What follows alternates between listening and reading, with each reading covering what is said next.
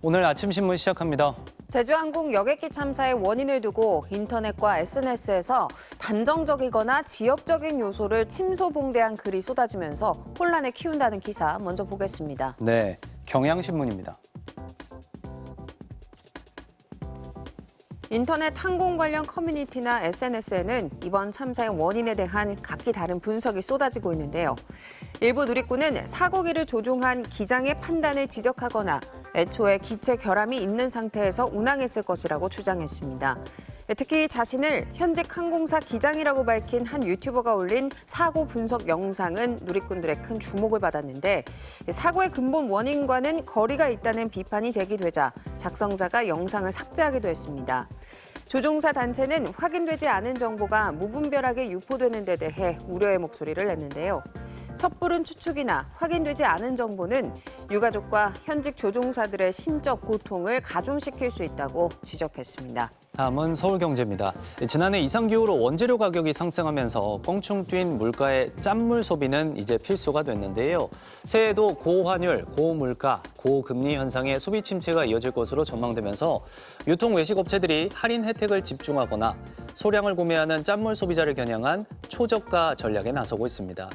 한 뷔페업체는 즉석 조리식품 200여 종을 개당 3,990원에 판매하고 있는데 출시 이후 9개월 만에 누적 판매량 300만 개를 돌파했고요.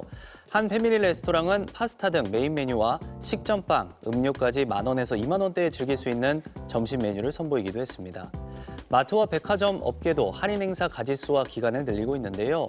설 명절을 앞두고 할인 혜택 등을 통해 선물 세트 가격대를 대폭 낮췄고 편의점 업계도 만원 이하의 선물 세트를 내놓고 있습니다. 이어서 한겨레입니다. 울산 태화강으로 돌아오는 연어가 크게 줄었는데 이상기후 영향이라는 분석이 나옵니다. 태화강 연어는 10월 중순부터 11월 중순까지 돌아오는데요. 지난해에는 11월 1일에야 처음 발견됐고요. 태화강 생태관 측이 회귀하는 연어를 포획해 알을 채취하려고 했지만 12월 들어서도 빈손인 경우가 허다했습니다. 결국 태화강 상류에서 잡힌 연어는 모두 37마리, 2023년 45마리에서 더 줄어들었는데요.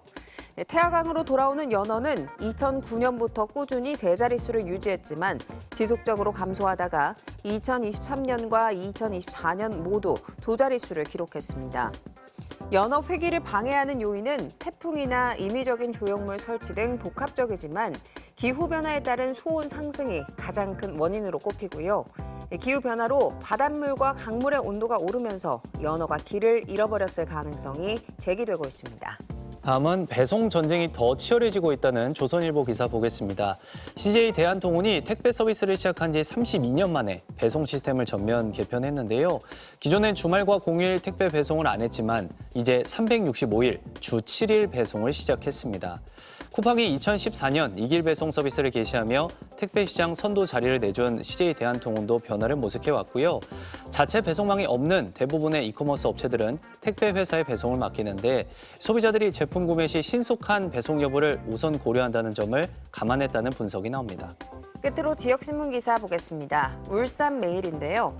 동해안에 따라 울산의 경우에 강릉까지 직행하는 급행 열차가 운행됩니다. 바로 ITX 마음 열차입니다. 새마을호를 대체하는 급행 열차 ITX 마음은 시속 150km의 속도로 달리고요. 부산에서 강릉까지 4시간 50분에서 5시간 50분가량이 소요됩니다. 올해 말부터 KTX가 투입되면 소요 시간이 4시간 초반대로 줄어들 것으로 기대되는데요. 신문은 이번 동해선 개통으로 부산과 울산, 경북, 강원이 3시간대 일일 생활권으로 연결돼 동해안 초광역 경제권 탄생이 기대된다고 전했습니다. 지금까지 오늘 아침 신문이었습니다.